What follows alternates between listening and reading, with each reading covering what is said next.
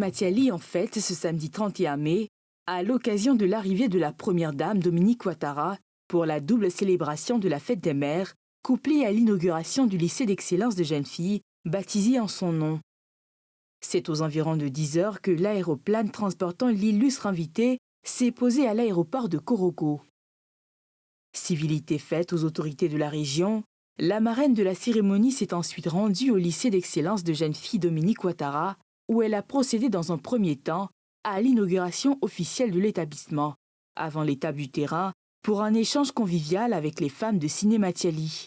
Une occasion pour les bénéficiaires du lycée, les fils et filles de la région, de revenir sur l'importance de l'infrastructure nouvellement inaugurée. Le lycée d'excellence qui ouvre ses portes inaugure en fait une ère nouvelle dans le Poro en apportant une réponse pertinente à 3 problématiques. La formation des jeunes en général, la scolarisation des jeunes filles en particulier et l'excellence dans le système éducatif. Nous sommes fiers d'étudier dans cette belle école qui porte votre illustre nom et qui est pour nous un lieu d'espoir et de rêve, qui nous donnera les outils pour bâtir notre avenir. Érigé sur une superficie de plus de 6 hectares, ce lycée s'inscrit dans la vision du chef de l'État d'améliorer le taux de scolarisation de la jeune fille. Les effets de la politique éducative du président Alassane Ouattara se traduisent par une amélioration significative des indicateurs de scolarisation, aussi bien au primaire qu'au secondaire, notamment pour les jeunes filles. Présente aux côtés de la première dame pour magnifier la femme, Nasseneba Touré a souligné l'impact de cet établissement pour l'avenir des jeunes filles. Le lycée de jeunes filles d'excellence Dominique Ouattara de Ciné-Matiali n'est pas seulement une infrastructure de plus, c'est un symbole d'égalité, d'autonomisation, de dignité et de foi en l'avenir. Engagée depuis 25 années dans le domaine de l'éducation, Dominique Ouattara a invité ses filleuls à demeurer sur la voie de l'excellence. Ce lycée est bien plus qu'une école. Il est un levier d'espoir et d'ascension sociale pour de jeunes élèves tout aussi méritants les uns que les autres. Et je voudrais à cet effet féliciter le président de la République pour sa vision d'avenir et son fort engagement social. Vous êtes des mères, mais aussi des travailleuses infatigables, des entrepreneurs audacieuses, des femmes de conviction et d'action. Vous méritez toute la reconnaissance, toute l'affection et tout le soutien que vous recevez à chaque occasion de la part de votre famille et de vos proches. À l'endroit des femmes présentes, elle a témoigné son admiration. La première dame a, au cours de cette cérémonie, eu un geste de générosité à l'endroit des populations. Elle a offert des dons en nature de plus de 500 millions de francs CFA, ainsi que des dons en espèces d'une valeur de 12,5 millions de francs CFA. En outre, un montant additionnel de 500 millions de francs CFA a été octroyé au fonds FAFSI de la région du Poro. Le président de la République, Alassane Ouattara, a eu un entretien hier vendredi à Abidjan avec le Premier ministre du Sénégal, Ousmane Sonko, en visite d'amitié et de travail de 72 heures en Côte d'Ivoire. Les échanges ont porté sur la coopération bilatérale entre la Côte d'Ivoire et le Sénégal, ainsi que les sujets régionaux, notamment les défis sécuritaires et économiques auxquels les deux pays et la sous-région sont confrontés. J'ai discuté avec le président Ouattara qui s'est beaucoup préoccupé de ce qui se passe au Sénégal et vice-versa. Et je lui formule à nouveau tous mes remerciements pour cet égard et cet honneur qu'il m'a témoigné aujourd'hui. Nous avons également échangé de la situation de la sous-région, qui, comme vous le savez, est confrontée à plusieurs défis. Le défi le plus important, c'est le défi sécuritaire, évidemment, qui aujourd'hui frappe certains de nos États, mais qui menace tous les autres États, le Sénégal et la Côte d'Ivoire compris. Nous avons largement échangé sur les voies et moyens de sortir de cette situation, sur les voies et moyens aussi de consolider les ensembles que nous avons sous-régionaux, de travailler à renforcer la fraternité entre tous les États et tous les pays de ces ensembles sous-régionaux, mais également les défis économiques, qui sont les vrais défis du continent, indépendamment de la question sécuritaire. Sur tous les sujets abordés avec le chef de l'État ivoirien Alassane Ouattara, il a dit avoir noté une forte convergence de vues entre le gouvernement ivoirien et sénégalais, ainsi que la volonté des deux pays de consolider davantage leurs excellentes relations et de travailler ensemble pour surmonter tous les défis. Des milliers de partisans de la coalition pour l'alternance pacifique en Côte d'Ivoire, Cap Côte d'Ivoire, ont pris d'assaut l'espace Figayo à Yopougon pour un géant meeting dans une ambiance des grands jours.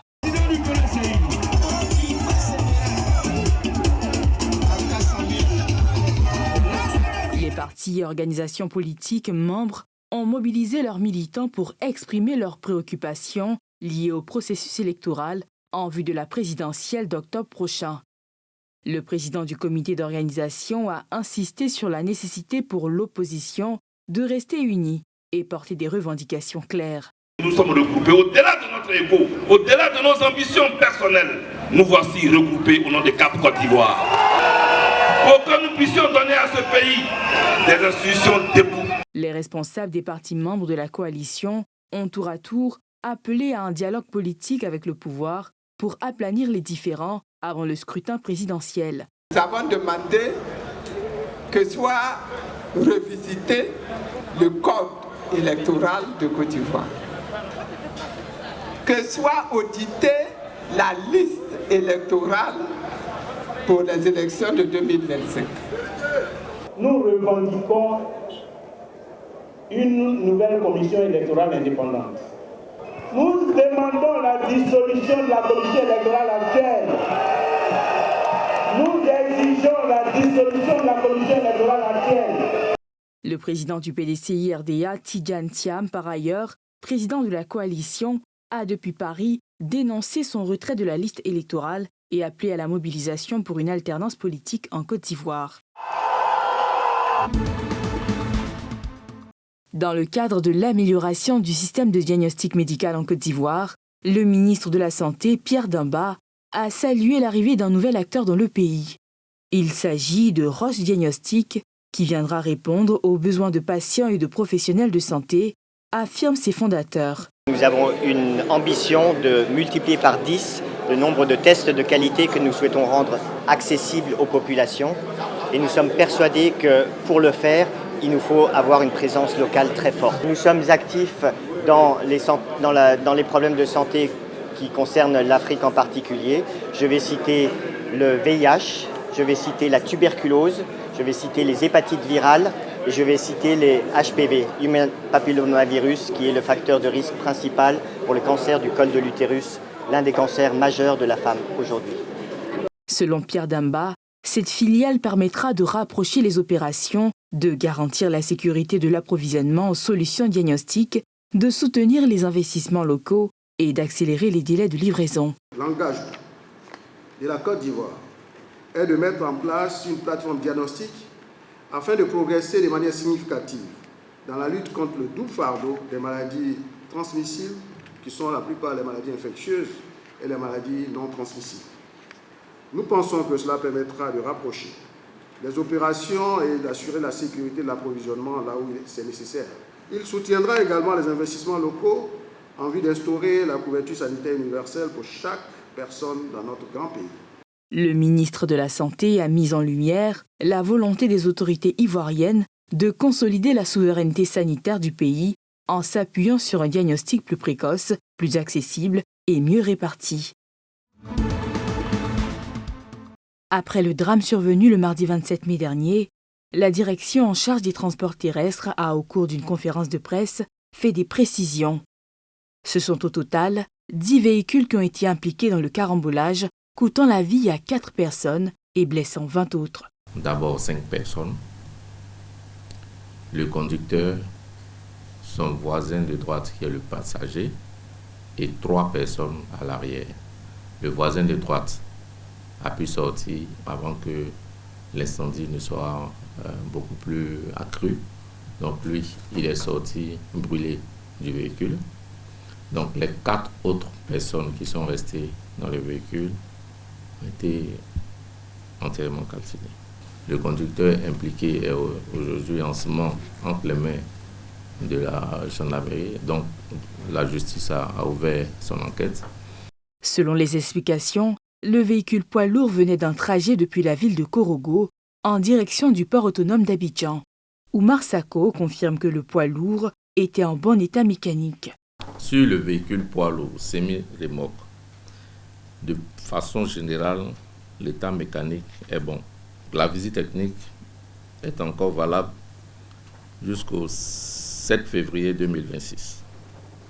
Le conducteur, il est de nationalité ivoirienne et on lui a fait subir un test d'alcoolémie qui s'est avéré négatif. Le conducteur du Yango, il a le permis de conduire, il a 48 ans, il a 3 enfants. Le véhicule a été mis en circulation il y a 2 ans. Et il est en bon état. Le véhicule dispose de la visite technique. Le véhicule est assuré et c'était un moteur thermique. Il n'y avait pas d'installation de gaz butane sur le véhicule. Depuis l'accident, le ministère des Transports a entrepris des actions pour le renforcement des contrôles routiers, en particulier sur l'axe Adjamé-Yopougon.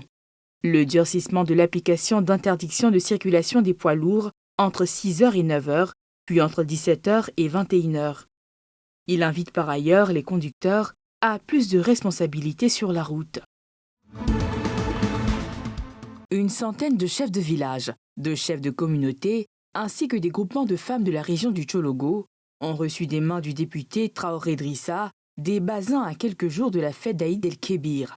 Ces dons pour l'honorable Traoré Drissa viennent renforcer les liens de fraternité et de cohésion entre les filles et fils de la région du Tchologo. Vous savez, c'est une tradition depuis toujours. Le ministre d'État, ministre de la Défense, par ailleurs président du Conseil régional du Tchologo, nous envoie avec ce message. Et non seulement il y a le don, mais il y a le message qui est derrière. Il nous envoie envers ses parents pour les saluer, pour les remercier, pour tout ce qui se passe dans le département, parce que nous vivons en parfaite intelligence, dans la paix, dans la cohésion, et le vivre ensemble existe dans le Tchologo. Un geste fort apprécié par les bénéficiaires qui voient en cet acte une reconnaissance de la part des élus locaux. J'ai eu la chance d'avoir un basé pour la fête des Tabaski. Je suis très heureuse. Nous remercions le député pour le geste qu'il vient nous faire chaque année. Dans la même journée, l'honorable Traoré Drissa a participé à la journée des instituteurs organisée à la préfecture de Ouangolodougou. Parrain de la cérémonie, le député a encouragé les enseignants à redoubler d'efforts dans leur mission de transmettre le savoir aux élèves de l'école primaire.